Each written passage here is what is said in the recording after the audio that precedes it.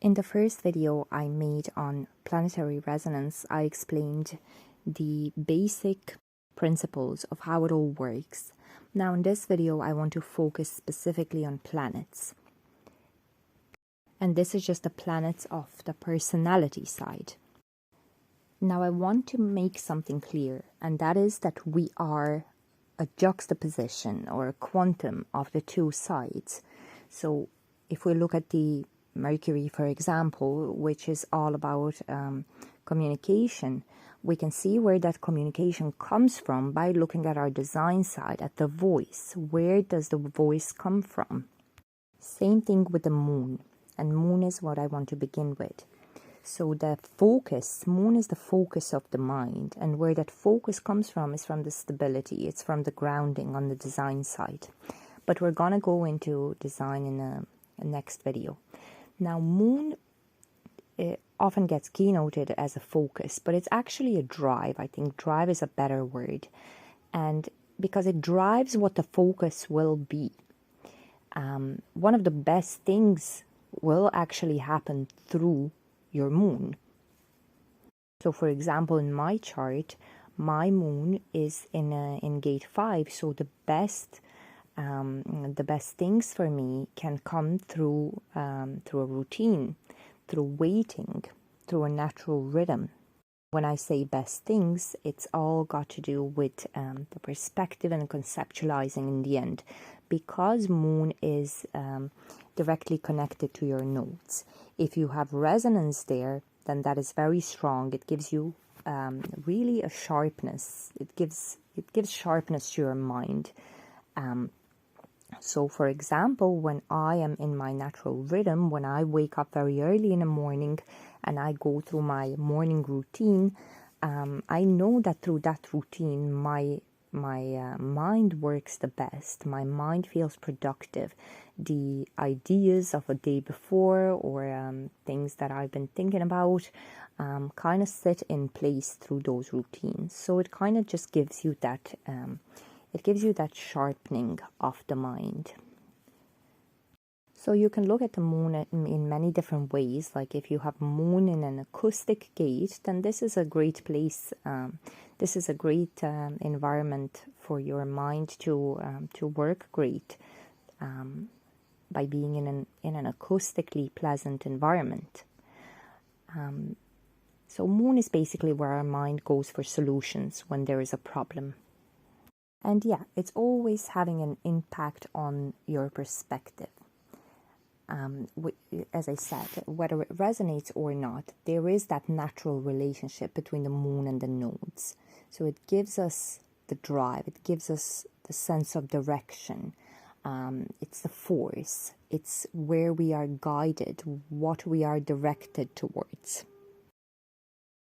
And the next up is Mercury, and what I already explained in the beginning, the Mercury is about communication. Now on personality side, it's not to do with a voice, it's actually got to do with what is being said. If you think of Mercury as a messenger, it talks about what is this message that you need to deliver to the other. Because remember, the personality side is how we see the world, how we express ourselves to the world, where design is how the world sees us, how the other sees us. So we are here to deliver something to the other, to the outside. But yeah, again, that personality doesn't know why it's saying what it's saying. It doesn't know why it's focused on what it's focused, and the keys are just lay in the design side. Uranus is a sidetrack, and when you hear the word sidetrack, you often want to associate it with something negative, but it's not negative. Uranus is known for being very unusual. So you can see this planet as something that is very unique about us, something that makes us different, something that makes us stand out from the crowd, something that makes us a bit unusual. And why is it called a sidetrack? It's because it puts you off of your path. Now, if you've been walking an incorrect path, this is going to be a very positive thing. If you've been walking an incorrect path and you're resisting your sidetrack, then you can really observe the detriments of it. A lot of people that I know personally have Uranus in lines of retreat or hermiting or something like that. And what that does to them is it causes them to take time for themselves. Uranus pushes them off the road if they have been overstimulated, if they have been overly social. So it kind of puts them in this calm, peaceful place where they get to contemplate, because Uranus is part of the learning vertical. So this is a place where we learn the best. And when we look at the lateral, it is where the voice comes from, where the communication comes from, which ultimately gets expressed through the moon. But it all starts from learning, from realizing, from being in tune with yourself finally. So take a look at your gate and your line and your color and see what your Uranus is actually trying to teach you. And pay attention to it, that you don't decline the lessons that is offering you. Venus. Venus comes with the keywords standards and morals. And it's actually about what disturbs you morally. We can look at Venus from a more negative perspective because it's easier to recognize it in that sense. It's about what you don't like rather than what you like. It's about what is right and what is wrong.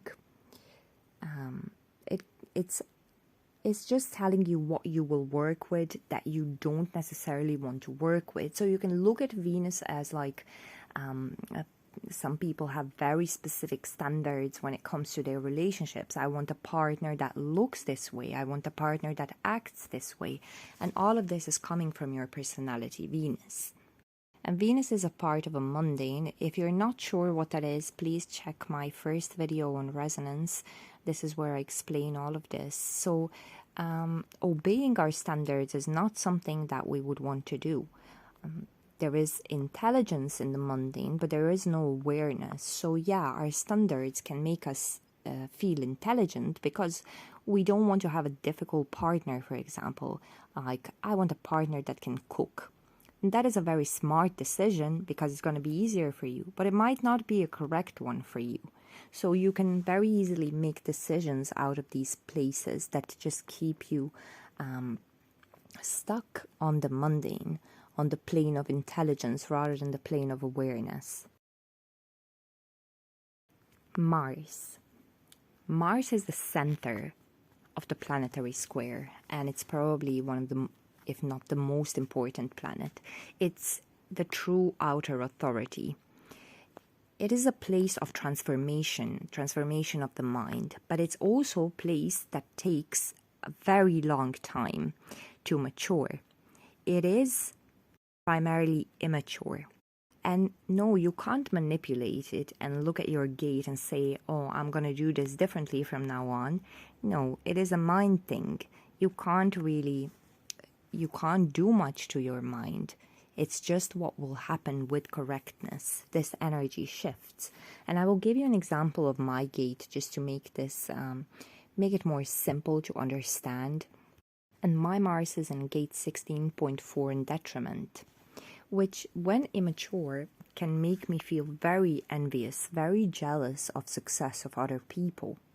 And that is, I can definitely recognize that about myself. It's not that I'm going to go and be rude towards those people. It's just I'm not going to acknowledge their success. And that is how immature my Mars can be. But when it's mature, I'm able to recognize the talents of others. I'm able to recognize the skills of others and externalize them when invited, right? But that is how my Mars matures. When I'm able to recognize other people, honestly and genuinely. Neptune. Neptune comes with a keyword misinformation. It's one of the planets in the learning vertical, but it's the only one in that vertical that keeps us on the mundane plane. which means that when we learn from the place of Neptune, we learn something that is not necessarily true. We learn we are being tricked, we are being lied to even. So if you, for example, have a gate of stimulation here, let's say, and this is where you learn your misinformation. When you're overly stimulated, you are not able to learn what you're supposed to learn. You get wrong information, you have difficulties with focusing or whatever it is relevant to your chart. So Mars is what we don't necessarily see, but Ra says that it's important not to go into it, and if we're trying to figure out our Mars, it can literally make us go mad, as he says. But yeah, it's just something that with awareness we should just be able not to resonate to, and we should be able to release and not identify with. Just know it. It is what was part of us. It is what might still be a part of us, but it's not of big importance. For some of you, it can be a gate of a hermit, let's say. So this would be a place where you don't learn the correct stuff for you. And then you might need the opposite. You might need stimulation in order to receive, to express yourself correctly. Saturn is a difficult one to understand. A lot of people just put the word punishment next to it, and that's that. This is where you get punished. Yeah, but how does that happen? And again, it's the easiest way to look at it is combined with your design Saturn. So design Saturn is about exhalation, exhaling negative people, thoughts, whatever it is, feelings. And if you're not able to express them out correctly, to channel them out, then what happens is your mind gets overwhelmed. And in that sense, you are punished. In that sense, Saturn is a constraint because it keeps you from progressing. It keeps you from exhaling whatever is negative for you. Maybe you're surrounded by people who are not good for you and you're not able to let go of them because they're your family or your partner or whatever it is. And it's just difficult to leave them and to move on from them. So, and then how that manifests in the mind is it makes mind feel very pressured, very anxious, very overwhelmed, and you can see it, how it literally works through your personality Saturn. Because when Saturn is correct, when you are in a place where you are exhaling correctly from your design, then a personality Saturn can be a great teacher. It's, for example, like people who have experienced something traumatic in life and they were able to let that go, to move on from it, then they can teach it. They can turn this personality Saturn, the mind Saturn, into a teacher of their experience. For people who have not been able to release those negative memories might really, really suffer through the personality Saturn. And Saturn is a part of transcendent plane, so it's not about intelligence again. It's not about learning how to do this and manipulating it and strategizing around it. No, it's just about awareness. If you're aware, you're able to release whatever is negative for you, whatever is toxic. Now, Jupiter, I like to say, is quite similar to Venus. They are on the same plane. They are on the same material or mundane plane. And what Jupiter gives us is the rules or the laws. So it's the rules for living your life. It's the rules by which you want other people to live their life. It's like a perspective, for example, that you carry. And then you are just going to agree with people who agree with your perspective, or those who have a very similar perspective to yours. But this is where we actually need awareness. This is what we actually have to understand, is that these planets, the communication, misinformation, standards and rules are not aware. They are intelligent. They can be intelligent, but they're not aware. They lack awareness. And that's why they're not a part of a transcendent plane.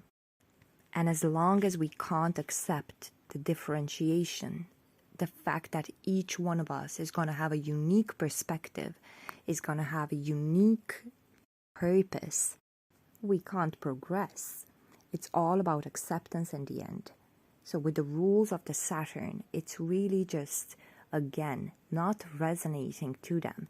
Check your gate, check your line, see how the color matches your other colors, and see how this place can keep you stuck, how this place can keep you homogenized.